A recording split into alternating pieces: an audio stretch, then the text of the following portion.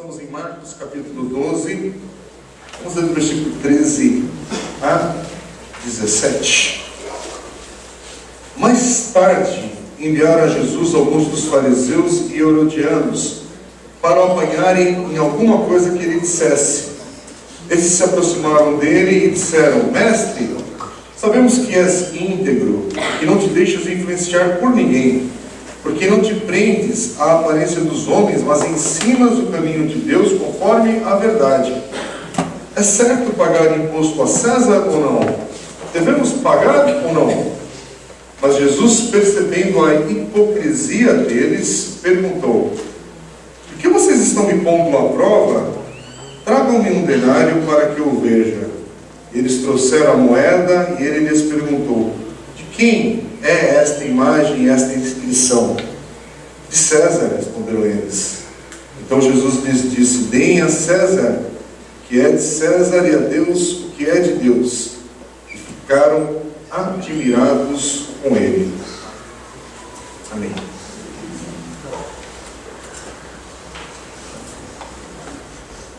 Eu não sei qual é a tua visão ou compromisso político no seu dia a dia, no seu ciclo de vida, até porque às vezes a gente muda a forma de pensar, a gente é convencido de outro jeito, no momento que o país ou a tua vida em particular está onde você está, influencia a tua decisão. Assim foram as mudanças no Brasil nos últimos anos, desde que eu sou criança.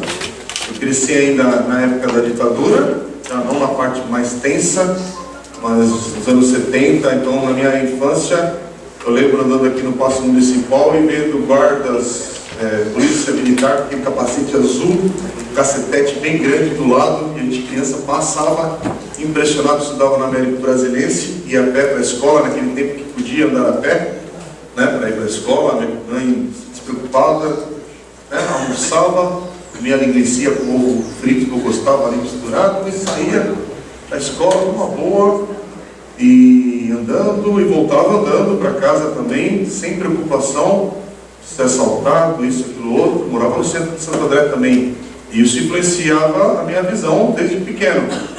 Talvez se eu morasse na periferia de Santo André já daquela época, a minha impressão com a vida fosse outra. Então assim, eu não sei qual é a tua experiência depois na adolescência, por exemplo. Eu sou dessa fase, eu estou contando para entender o momento que a gente vive hoje. Eu sou da transição do Tancredo. Quando o Tancredo foi diagnosticado, eu estava iniciando meu primeiro emprego, financiadora Mapping aqui em Santo André. Primeiro trabalho com 14 para 15 anos. E aí, mal comecei a trabalhar, ele morre, já tem no feriado lá, uma bagunça. As datas, essas coisas marcam, né, a nossa infância, essa adolescência, esse início de vida. É interessante, né, que depois que você fica adulto, a gente não percebe, naquela época, outros adultos já percebiam ou não, também não sei, mas hoje, já passado aquele tempo, inclusive está estreando agora um filme falando sobre a fase lá da doença do Tancredo, né, o paciente. Não sei se vai ser bom ou ruim, mas está em cartaz essa semana. Mas é interessante, depois que você lê um pouquinho da notícia, ainda assim, a gente só tem sempre é uma coisa meio... Aquilo que você está lendo ali, na verdade, sempre é outra coisa, né? Mas a gente tem algumas impressões. Mas é interessante perceber que ficamos em silêncio, uma transição política que teve, um presidente que não era presidente tomou posse, e não poderia ter acontecido aquilo, né? Porque o presidente estava internado. Então, quando o Sarney assume, não é por direito, e ninguém fez nada, ninguém falou nada, e passou, a igreja não se levantou com tweets e posts e faces raivosos, na época, todo mundo com muita coragem e aninho, né? Silenciosa. Aí hoje, a gente vê um monte de consequências daquilo aí, daquela fase terrível, que foi, mas também a transição, bagunça, medo, insegurança. Isso eu só estou falando dessas coisas para a gente entender o nosso coração, como ele é bagunçado. Ele não é uma coisa assim, linear e tudo vai dando certo. E a gente não está entendendo tudo também naquela época. Aí vem aquela fase, Collor, primeira eleição direta para presidente, né? Collor ganha, aquele medo que o Lula ganhasse naquela época, né? E que comunismo viesse para o Brasil, mas graças a Deus que elegemos o Collor, não é, nação brasileira? A igreja do Senhor Jesus, né? Ganhou aquele servo do Senhor que a igreja orou, e o Lula não ganhou naquela época, mas veio o Collor. Todas as suas promessas de campanha já não são cumpridas na primeira canetada dele, ou vocês não lembram?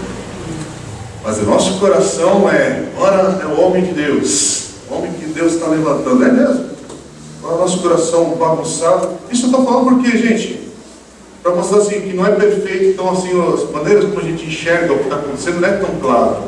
Vem as outras eleições, aliás, mal vem a eleição, né, porque o Collor vai cair depois de alguns anos, e aí quem gosta um pouquinho de história, um viés um pouco suspeito, mas tem um livro chamado Notícias do Planalto, do Mário Sérgio Conte, ele vai contar os bastidores da queda do Collor. E se você está discutindo posts no Facebook, pelo menos você tem que ter lido esse livro para ter uma noção do que foi a queda do Collor, mas ele vai contar nesse livro, desde as origens da Fundação Roberto Marinho, as grandes famílias do Nordeste, os coronéis, o coronelismo que a gente tanto fala, mas pouco conhece, mas a gente está postando um monte de coisa porque a gente vai fundo na história, pesquisa, mas tem que lembrar que o Mário Sérgio Conte também é um autor muito bom, tem um programa hoje, inclusive na Globo News, de debates, ali, de entrevistas, é um senhor muito capacitado, mas ele era editor-chefe da revista Veja, todo aquele período da queda do Collor. Então, assim, quando você lê esse tipo de notícia, também não é uma leitura isenta. Você tem que saber apenas o que você está lendo. Mas tem que ler, tem que buscar, tem que se aprofundar e vamos surfando na onda da vida. Mas, outro livro que você tem que ler para conhecer um pouco da história do Brasil é Chateau. Você nunca leu A Vida de Chateaubriand? Tem jovens aqui que nem sabem quem é esse homem, um dos homens mais poderosos que o Brasil já teve, mas você tem que saber a história dele para entender o que é o viés político que a gente vive hoje e como é que a mídia também manda e desmanda e um monte de coisa que acontece. E outros livros, e outras pessoas, e outros autores, e jornais, e revistas e tudo mais. Aí eu estou contando tudo isso, porque depois que o Collor cai, e que vem era Itamar Franco, né, um homem íntegro, né, um homem, né, que nos ajudou aí com, pelo menos a economia, a colocar nos eixos com o Fernando Henrique, mas eu estou falando íntegro na brincadeira, tá, gente? Porque logo em seguida, eu tinha visto aquelas cenas, isso marca, estava já jovem, já prestava atenção e sabia, né? Mas um presidente do sambódromo lá, não sei de onde, e curtindo a farra toda lá, e o senhor de idade ele conduzia, não é por causa da idade, mas é por causa da postura, o cargo e tudo que rolou naquele bastidor de um escândalo que teve num dos carnavais aí, pouca gente lembra dessa história, mas se você for no tio Google, já que não tem mais a Barça, né, atualizada, né, você vai lendo, eu estou falando isso só para você ler e falar assim, uau, que bagunça que é a nossa história. Aí vem de novo o Fernando Henrique, segundo mandato do Fernando Henrique, eu não estava aqui no Brasil na época, estava no seminário fora, então eu não entendia direito algumas coisas, mas a transição, a gente exalta muita coisa boa, mas sabe que depois bagunça de novo. Aí vem Lula, finalmente ele chega ao poder, parece que não é um primeiro governo bom, muita coisa acontece, porque a gente tinha medo também, vê que não era tão assustador assim naqueles primeiros anos, mas na virada do mandato dele já tem muita coisa esquisita que acontece, mas ainda assim o homem ganha. E a gente aqui do ABC, né, a gente tem um bastidor um pouquinho mais complicado, porque desde que mataram o prefeito Celso Daniel, é impossível você olhar para todas essas histórias e achar que tudo é normal, né? Tem muita coisa que é muito mais complicada. Só isso, gente, não vou falar nem de ABC, eu quero mostrar a complicação que é. E a gente vai nessa papo furado da ideologia política para pensar que direita e esquerda é o que de fato está mandando, quando tem outras coisas muito mais pesadas e densas, mas que nos influenciam no teu discurso, na tua opção. E agora estamos vivendo essa tensão terrível na nossa nação. Estamos vivendo um momento muito crítico, e é crítico mesmo. E de novo, hoje eu não vou falar absolutamente nada para você voltar em ato. Eu sei que isso não é assunto de púlpito, mas o nosso assunto de púlpito e de igreja com a palavra de Deus é: Senhor, o que a gente deve fazer quando a gente está vivendo dias difíceis, dias sem esperança, ou quando a nossa esperança, a nossa melhor opção fulano ou ciclano, e você vê que, peraí, mas se essa é a nossa melhor opção, é que a coisa está mal mesmo, né? Quando a gente está vivendo extremismos e radicalismos e outras coisas. E aí, de novo, a minha pergunta com esse texto, e a gente precisa perguntar, orar e aplicar na nossa vida, porque hoje é um daqueles dias, gente, que esse texto tem a ver com nossas vidas. Não é porque eu estou internado, porque eu estou enfermo, ou porque eu tenho eu vim aqui porque eu precisava de uma bênção de Deus. Não, porque o cristianismo ele é um pouco mais do que só o meu problema que eu trouxe aqui para a igreja. Nós vamos orar no final de tudo. Vamos orar pela graça de Deus um monte de dia diária. Tem gente que essa semana tem vitórias para contar, tem coisas boas que estão acontecendo, tem gente que, nos diversos aspectos da nossa vida, como um auditório, um salão desse aqui, tem. Mas a gente está num momento que o Evangelho tem que dizer alguma coisa. Ele tem que dizer algo para a nossa nação. Tem que dizer algo para a nossa vida coletiva. Será que diz mesmo? E uma das perguntas, gente, muito sérias, e que esse texto de hoje diz, que a gente é forçado a meditar nele, é: como discípulo de Cristo, eu devo obedecer ao governo? Eu devo me submeter às autoridades? De qualquer maneira, quando elas estão estabelecidas aí, o que eu devo fazer? E essa pergunta, de novo, ela é mais fácil ou difícil de responder, depende de onde você está, de onde está a sua vida. Se você vive em uma democracia, a princípio, né, ou deveria ser assim, quando as leis, as políticas públicas do governo estão te favorecendo, é um pouquinho mais fácil você se submeter. Quando você vive numa área um pouco mais protegida, ou perigo, apesar que aí está complicado para a gente responder isso no Brasil, mas vamos dizer que tem áreas mais perigosas ou não, dependendo de onde você vive.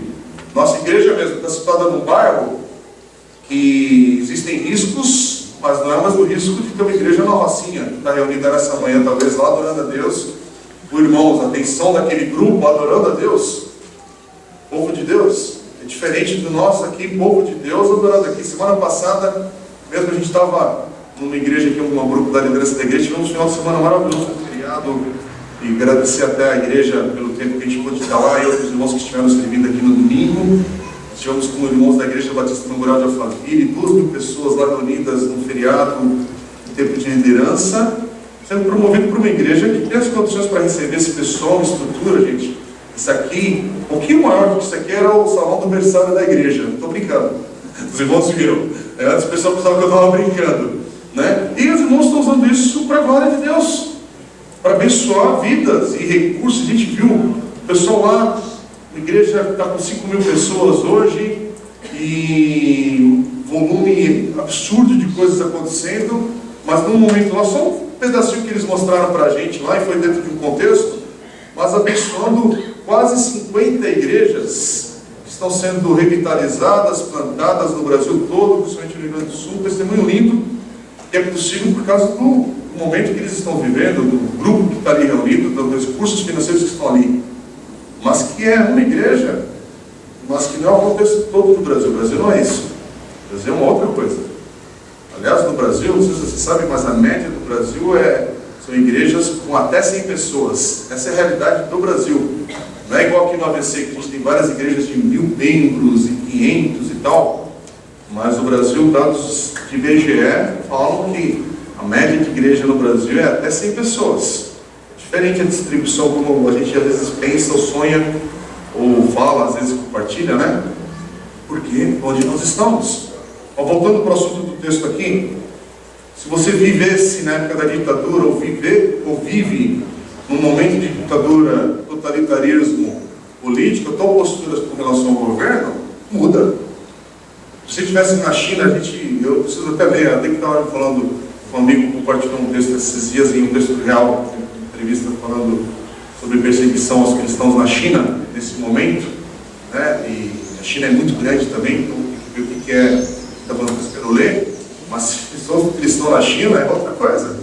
O meu olhar para governo, autoridade, isso. Então, de novo, gente, como é que a gente encara esse texto e nos ajuda a posicionar para o momento que a gente vive agora, chamado agora na nossa nação, para a bagunça que está aí, que nós não sabemos quem vai ser o nossa presidente no próximo ano, no próximo ciclo aqui no Brasil. E, eu não sei se você entende, dependendo do governo que se estabelece, isso é história. Muitas vezes você é obrigado a encarar momentos que esse governo te leva a violar ou as escrituras ou a tua consciência. Isso é muito complicado. De novo, aqui é um texto que está aparecendo para quem não é habituado com o Evangelho de Marcos. Jesus está no meio de uma passagem que começou no capítulo 11, a partir do versículo 20, vai até o capítulo 13, versículo 37, capítulo 13 inteiro. São 5 controvérsias que Jesus está enfrentando, está passando ali com os líderes religiosos. A autoridade dele já foi questionada pelo Sinédrio. A gente já estudou esse texto no final do capítulo 11, versículo 27 a 33. Agora é o momento da questão de pagar impostos a César, feita pelos fariseus e os herodianos. E vai ter mais 3 perguntas ainda que a gente vai vendo no decorrer das próximas semanas. E aqui no texto de hoje, essa é a pergunta. Eu queria que você ficasse pensando nesse texto a partir dessa pergunta. Devemos obedecer ao governo? A gente reclama muito no Brasil, né, e com razão em parte. Devemos pagar impostos? Principalmente se você, quando eu falo você, eu estou nessa, né? Se a gente não reconhece a legitimidade desse governo, estamos debaixo de opressão, de políticas públicas que não nos respeitam. Quer dizer, a gente está alimentando um monstro que está querendo nos comer, né? É isso. Mas e aí? Mas a gente sonega? A gente para de fazer as coisas? Rebelião total? Rebelião não, como é que fala? Desobediência civil, né? Dentro do contexto da discussão aqui dessa passagem em Marcos, essa discussão Jesus está tendo com aqueles que serão responsáveis pela sua morte. E é com esses aqui que ele vai dar uma resposta. A gente já leu. Ele dá uma resposta. Jesus nos oferece aqui sabedoria e princípios que é bem prático para aqueles que estão, às vezes, nos confrontando, querendo a nossa destruição. Mas ele está falando que ele está respondendo àqueles que querem destruí-lo.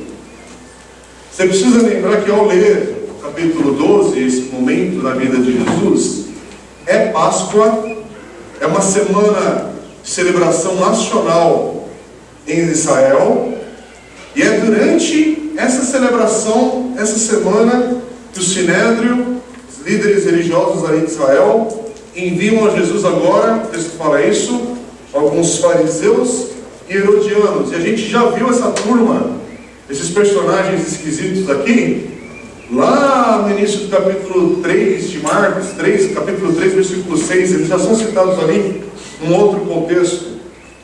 E como antes, novamente eles aparecem aqui e querem tramar algo contra Jesus. Para quem gosta de história da narrativa bíblica, história de Velho e Novo Testamento, os fariseus, eles eram como se fossem os conservadores da sua época, né? É difícil falar esse termo aqui porque ele não existe nesse momento, mas só para a gente, a nossa mente dos dias atuais, assim, esse é como se fosse o grupo de direita de Israel. Os herodianos seriam os mais liberais na sua questão do governo com Israel ali, e seriam os de esquerda, sei lá, algo assim, só para a gente pensar aqui, mas não como os do bem e os do mal. Porque a gente tem essa tendência agora no Brasil de achar que todo mundo de esquerda é o maligno, né? E, enfim, meio esquisito. Aqui é o grupo que os fariseus odiavam Jesus porque ele estava bagunçando a agenda religiosa deles. Os herodianos estavam se opondo a Jesus porque ele também estava ameaçando as vantagens que eles tinham ali com os seus modos de ser, de agir em Israel. Agora, o que é impressionante aqui, gente, é que Jesus, ele conseguiu unir essa turma toda contra ele. Interessante isso. Isso é só alerta. Quando você vê dois grupos que são opostos se unindo contra uma pessoa, você fala assim, opa, aqui tem algum sinal, alguma coisa. Porque ambos os grupos queriam destruir Jesus. E Jesus sabia que alguma coisa estava sendo armada aqui. Jesus sabia do coração desses homens. E o versículo 13 fala que eles queriam pegar Jesus em alguma frase que ele dissesse. Ah, se o Bonner estivesse aqui para entrevistar Jesus, né?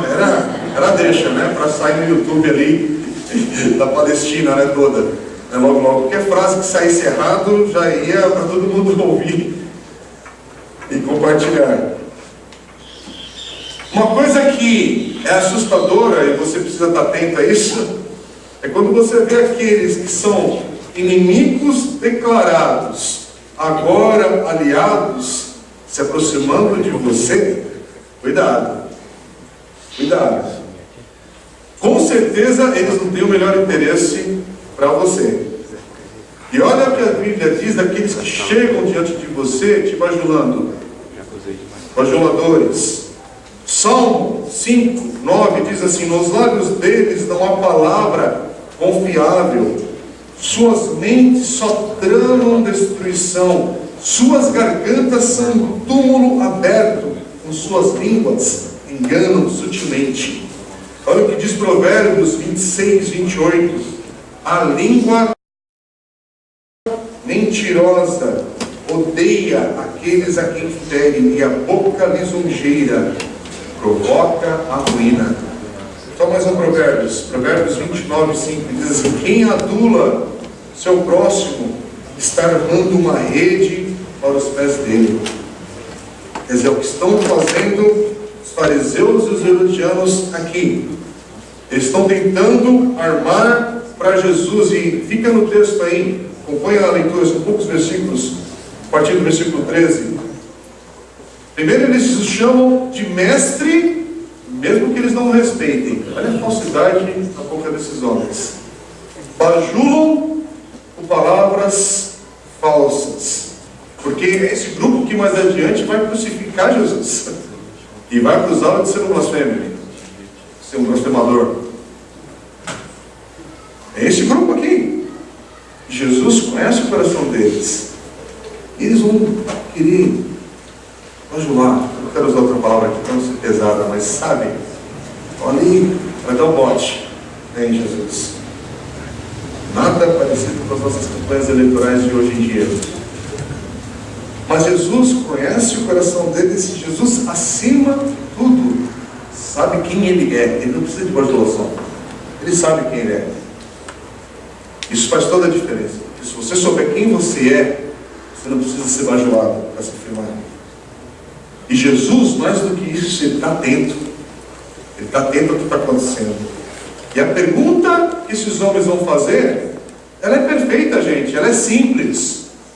Ela não é por acaso. É uma pergunta que foi cuidadosamente elaborada. Eles vão tentar pegar Jesus aqui. É versículo 13 por 14 ali, ó. Ele diz assim: é certo pagar imposto a César ou não? Devemos pagar ou não?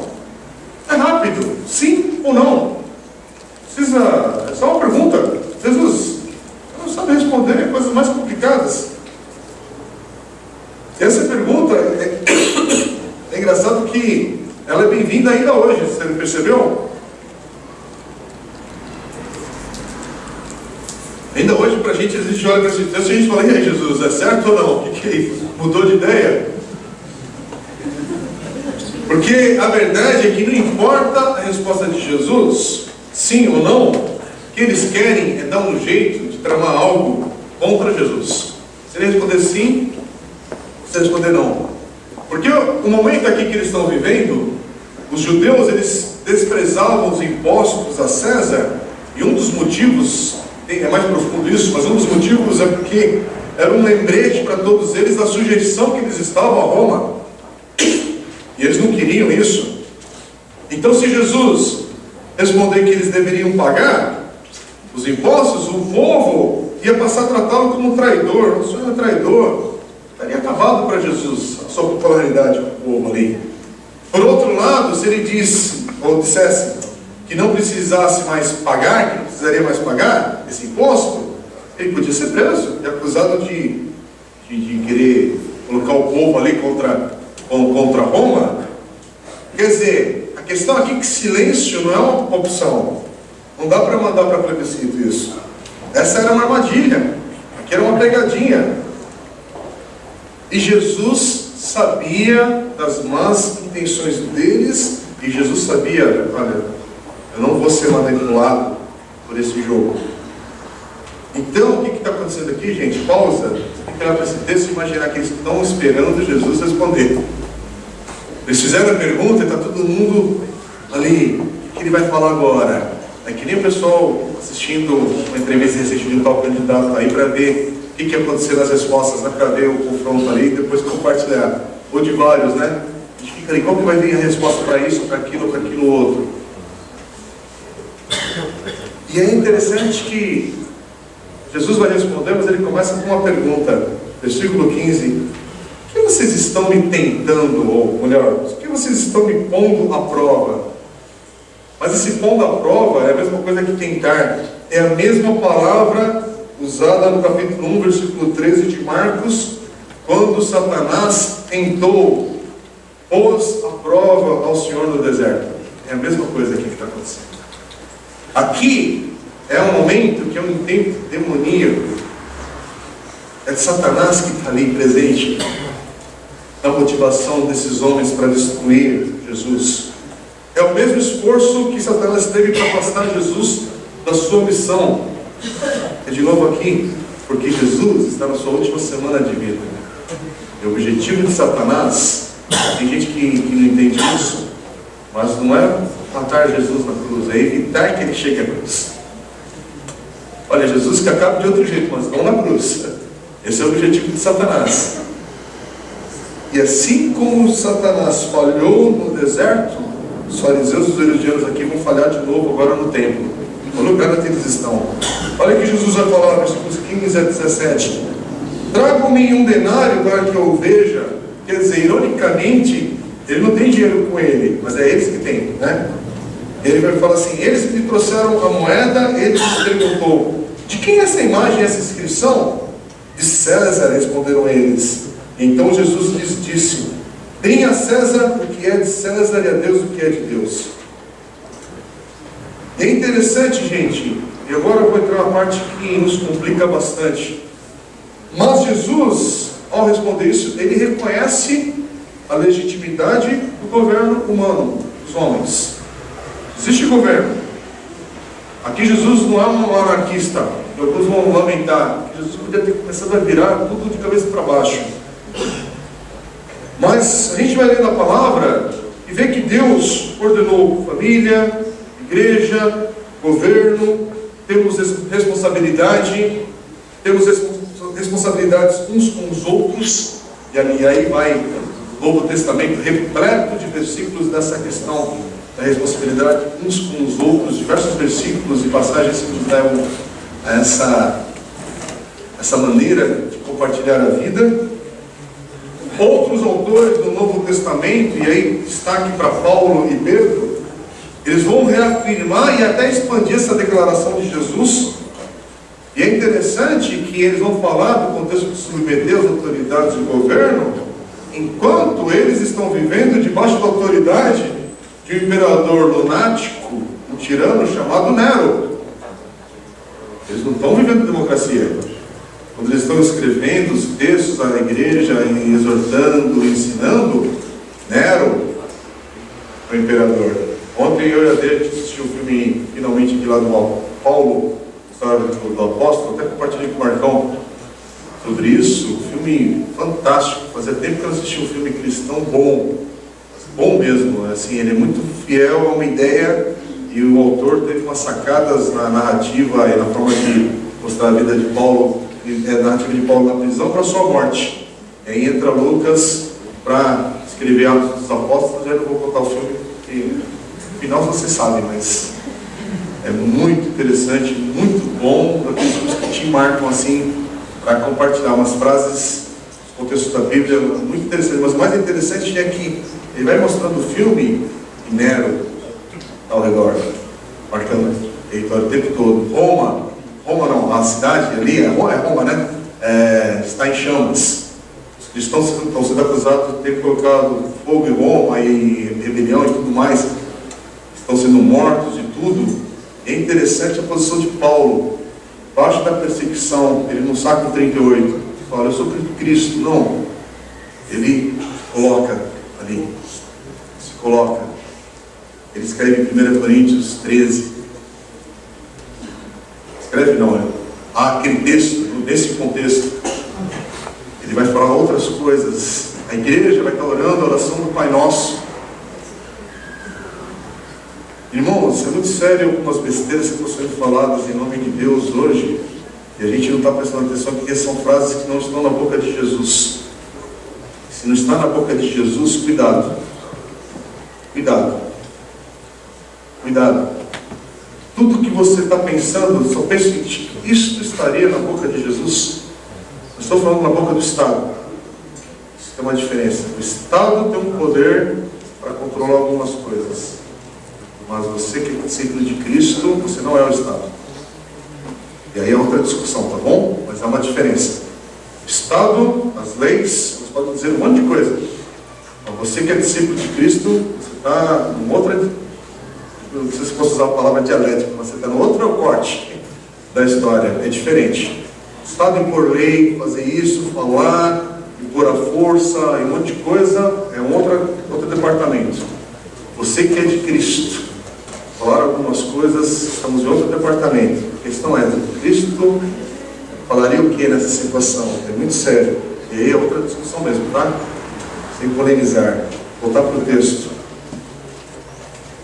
Bíblia tem textos muito claros sobre governo, e a gente não tem tempo aqui hoje de ler. Então, quero só citar os textos, e quem tiver interesse de aprofundar, sair da superficialidade, leia, releia, e antes de sair, assim, também há reflexões que são bem difíceis, tá? Por uma vida toda aí. Tem coisa que a gente pensa, eu já pensei em vários textos aqui de uma maneira, e a gente vai mudando, a gente muda mesmo. E tem horas que Deus também nos traz de volta para algo que seja do coração dele. E muitas vezes não é o nosso coração bagunçado ali. Mas Romanos, capítulo 13, versículo 1 a 7, fala sobre a autoridade do governo. 1 Timóteo, capítulo 2, 1 e 2, fala sobre isso. 1 Pedro, capítulo 2, versículos 13 a 17 também. E a Bíblia fala sobre nós termos responsabilidades na vida social, e também fala sobre as responsabilidades que são legítimas por parte do governo. Porque não é só que o governo é uma autoridade, ele tem responsabilidades que deveria exercer corretamente. Então, quanto a essas questões, obrigações, a postura do governo não interferem com a capacidade de honrarmos e adorarmos a Deus, nós podemos e devemos cumpri-las. É o nosso dever. Mas Jesus, nesse texto, ele fala também: deem a Deus, que é de Deus. Ele não fica preso na armadilha aqui desses homens que são maus. É por isso que o texto termina dizendo que como esses homens ficaram admirados com ele. Não deu certo a pegadinha. Ele, na verdade, entortou todo mundo ali. Gente, presta atenção. Todo ser humano carrega a imagem de Deus, como está escrito em Gênesis capítulo 1, versículos 26 e 27. Você precisa dar a Deus o que é de direito dele, a sua vida. Nós temos um dever com o governo, mas temos um dever ainda maior com Deus, acima de qualquer coisa. Que nos criou, que nos redimiu. 1 Coríntios 10, 31, Paulo diz assim: assim, quer vocês comam, bebam ou façam qualquer coisa, façam tudo para a glória de Deus. Inclusive exercer a sua cidadania. Faça, mas para a glória de Deus.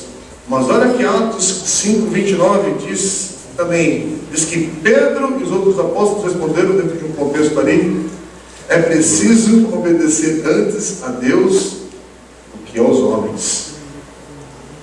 E eles vão levar uma bordoada depois de falar essa frase. Dá lá, né, na turma. Não é amém, irmãos? bonita essa frase, né? Não tem um preço alto aqui. É um preço bem caro quando você fala isso. Importa, preciso obedecer antes a Deus do que aos homens. Irmãos, para concluir, a conclusão é longa, tá? Hoje, é uma daquelas conclusões que a gente precisa meditar aqui juntos. De novo, como discípulo de Cristo, Cristo, que para quem é de Cristo é o meu e o seu Rei, Ele é o meu Senhor, é Ele que é o meu Salvador, é Ele que é meu Deus soberano. Então, debaixo dessa certeza na minha vida, ser discípulo de Cristo, e para a sua vida, se você também é discípulo do Senhor, a gente tem que olhar para as autoridades, e essas autoridades vão ser eleitas agora, nesse momento que nós estamos vivendo no nosso país, e se as autoridades elas são ordenadas, estabelecidas por Deus, como é que a gente trabalha essa bagunça? Bom, eu e você, agora eu estou indo numa diretriz aqui que eu copiei e adaptei para o nosso contexto, do pastor que eu estou lendo um comentário, chama Daniel Akin, o nome dele. Depois, quem quiser, esses textos eu compartilho sem problema em inglês.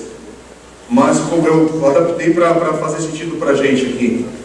Mas você e eu, nós devemos buscar o quê? Sermos bons cidadãos, vivendo debaixo da autoridade do governo que estiver aí, mesmo que este governo, que é chamado laico,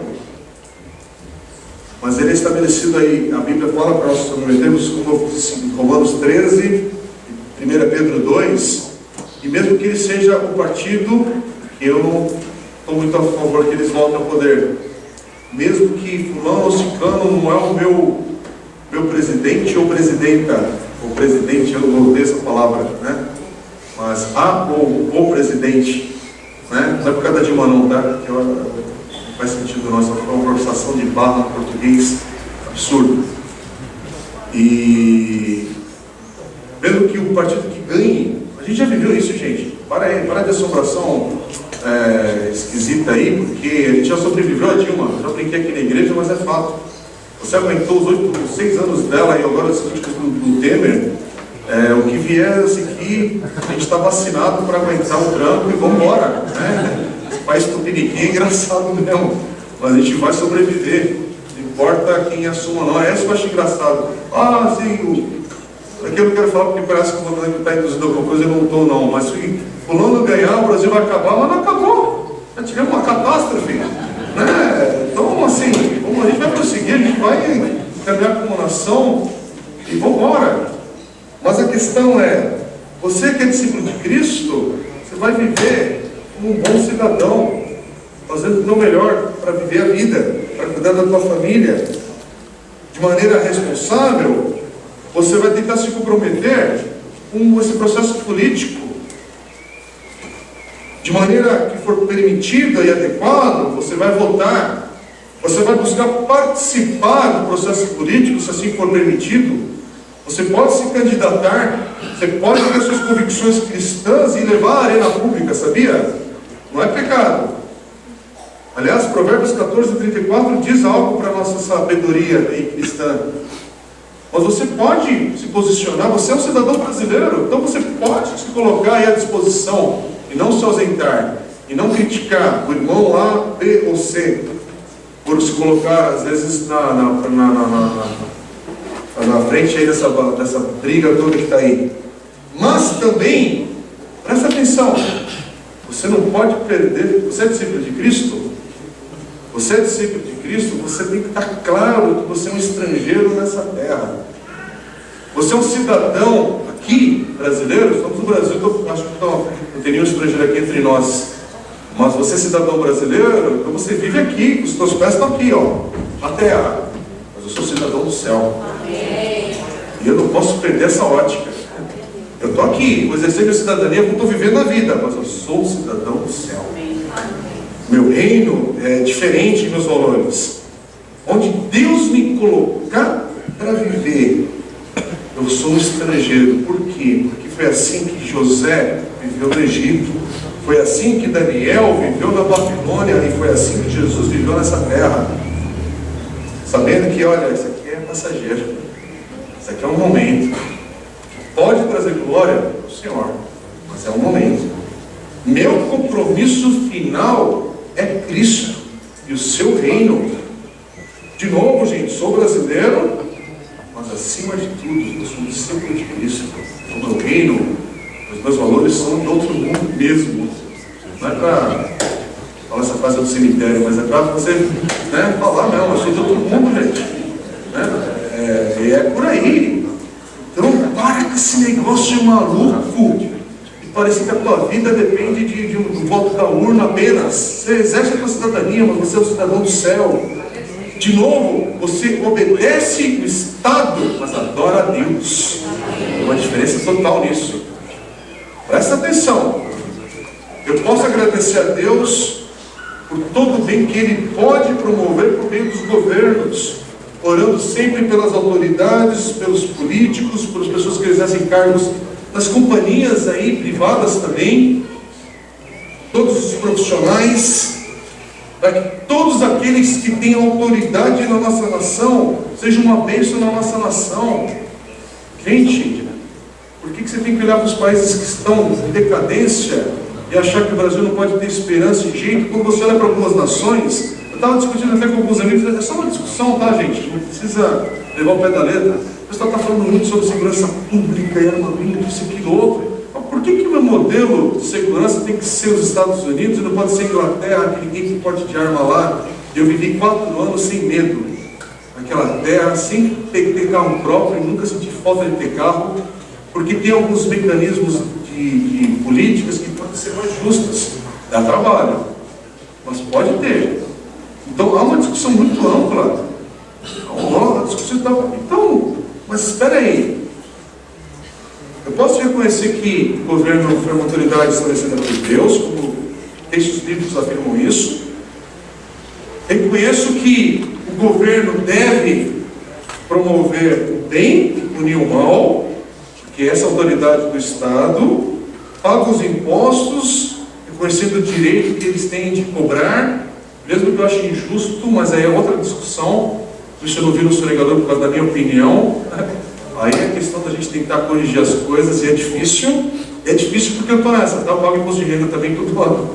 E a gente tenta fazer tudo aquilo que é legal para pagar o menos possível dentro daquilo que é legal. Mas os irmãos que são empresários aqui, a gente conversa, gente, não é brincadeira.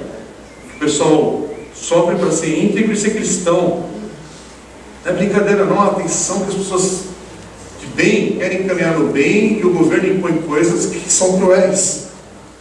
E aí entra uma questão que eu preciso terminar com muito cuidado, gente, porque, de novo, isso aqui é longo essas conversas, tá? Porque muita gente fala sobre desobediência civil, mas desobediência civil é algo que acontece quando, em momentos da história, a gente tem histórias de homens que se colocaram ali em desobediência civil, homens cristãos de Deus, mas porque o governo começou a proibir princípios que eram bíblicos e de Deus, que a Bíblia claramente falava, e queria impor, quer dizer, obrigar a fazer algo que a Bíblia é contra, ou o contrário, exigir você fazer alguma coisa que a Bíblia proíbe. E aí é uma outra questão.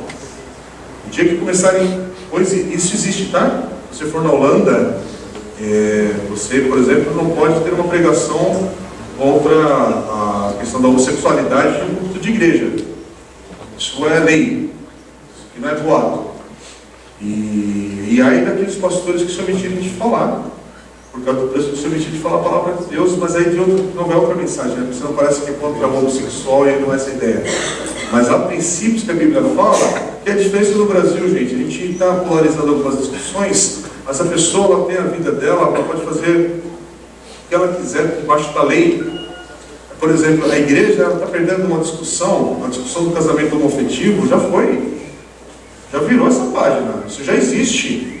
Não vai ter um presidente evangélico que vai, só porque no teu mundo ideal isso não existe. Agora, não pode obrigar a você celebrar isso dentro da igreja, com lei que obrigue, isso é outro departamento.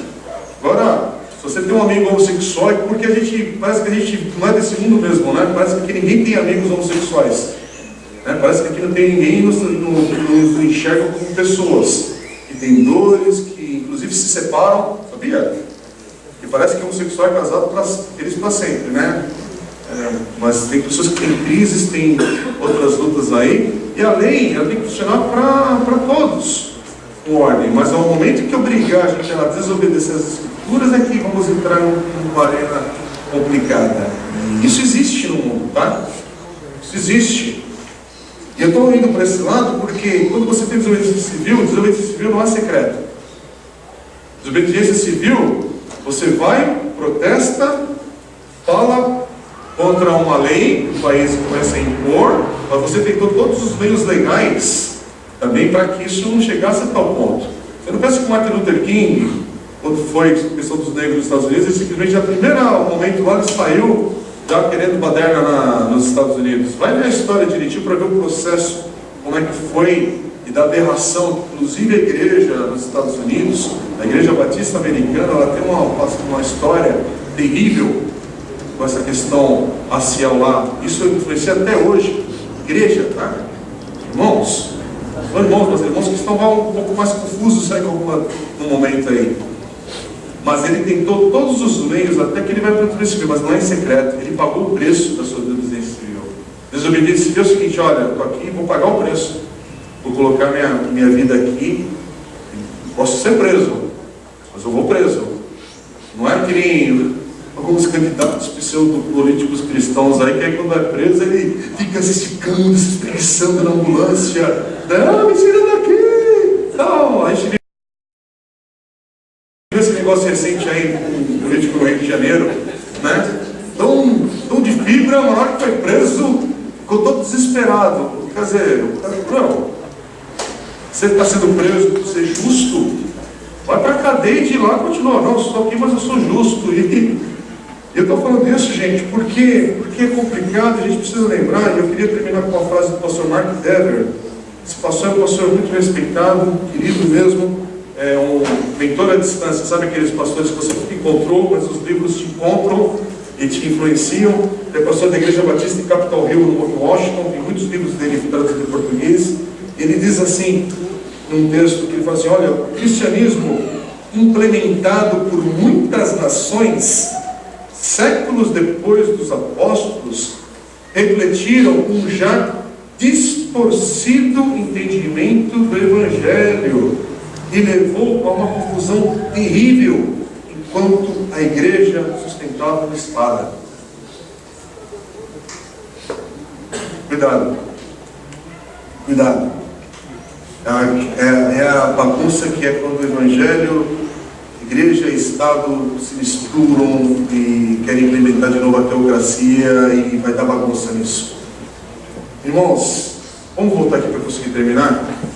O que a gente precisa lembrar, baseado nesse texto? A gente precisa lembrar que o cristão, aquele que é discípulo de Jesus, de Cristo, ele tem apenas um Deus e nós seguimos apenas Jesus. Ponto final. A gente não segue, muito menos adoramos a um homem, a um líder, a um partido, a uma ideologia. É por isso que é uma discussão no Brasil muito estranha, porque tem pessoas que seguem um homem. Nós não seguimos homem algum, nós seguimos Jesus Cristo. E exercemos a nossa cidadania na vida. Por quê? Porque, de novo, quem é de Cristo tem apenas um reino, é o reino de Deus. E a espada do cristão, ela não é uma arma calibre 38, ela é a palavra de Deus. Eu não estou fazendo brincadeira com as besteiras que são compartilhadas na internet, não em frases aí de efeito, não. Não misture as coisas. A palavra de Deus é o amor de Deus, é a graça de Deus, é a misericórdia de Deus. Isso tem que permear o nosso discurso. Eu quero terminar com a frase do pastor Daniel Akin, esse pastor que eu mencionei, que faz esse comentário do Evangelho de Marcos. Ele diz assim: o dia da independência para o cristão não é marcado por uma bandeira. Não. Nosso dia da independência é a Páscoa, marcada por uma cruz e um túmulo vazio. Essa é a nossa identidade. Agora, você é cidadão. Eu não sei como é que você vai votar, né? Está bagunçado mesmo, gente. Eu vou até falando, eu estava pensando em votar em um candidato ou candidata, fico tendencioso agora em mudar o voto, mas penso em continuar com a minha raciocínio e no segundo turno escolher o mão menor. E entendo quem vota nulo, isso toda outra discussão. Mas, meu irmão, eu não sigo um homem, não sigo uma mulher, não sigo uma ideologia política, não sigo um partido, não sigo a autoridade que está ali. Eu respeito e devemos respeitar como igreja, como servos de Deus. Mas quem é o nosso Senhor? Jesus. Quem é a nossa esperança? É Cristo. E aí, no meio disso tudo, nós voltamos. Prosseguimos a vida. Sabe aquela coisa de Copa do Mundo? O Brasil foi desclassificado. E daí? A gente reclamou, tal. Não estou. Desculpa, lógico que não está na mesma proporção, porque as consequências são outras. Mas você lembra? Eu estava falando que eu dei ontem, a gente estava conversando assim, hora de cafezinho à toa, assim, falar. Mas, gente, na eleição passada, nós vamos falar da vida real, por favor. Eleição passada, a Dilma isso, e pastores colocando vídeo, e aquilo, tal, e vamos voltar no Oeste, porque é a única esperança, porque a Marina não presta, e tarará. Aí aquela coisa toda, aí vai os dois para o segundo turno, parecia que o Oeste era o homem de Deus, agora finalmente para tirar a Dilma do poder. Aí ela ganha, e você vai trabalhar na segunda-feira. Você vai pegar o busão e o trem, sabe o trem com aquele óleo, o negócio aqui que você passa a mão? É aquele trem, mas não mudaram, não mudou a empresa que limpa e que adultera o líquido lá, que é passa água com cheiro, né, para ganhar mais. A bagunça está aí. A vida continuou reclamando, porque eu também fiquei, a gente ficou assim, não acredito que está acontecendo, eu não acredito que ganhou, não acredito, mas é só essa discussão. E aí, eu estou falando isso por quê? Porque parecia que o Oeste era um coitadinho. Coitadinho da nós, gente. Coitadinho da gente.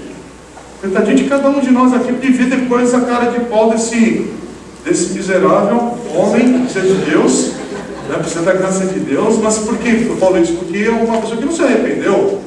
Porque se tivesse se arrependido, estava preso. Alô?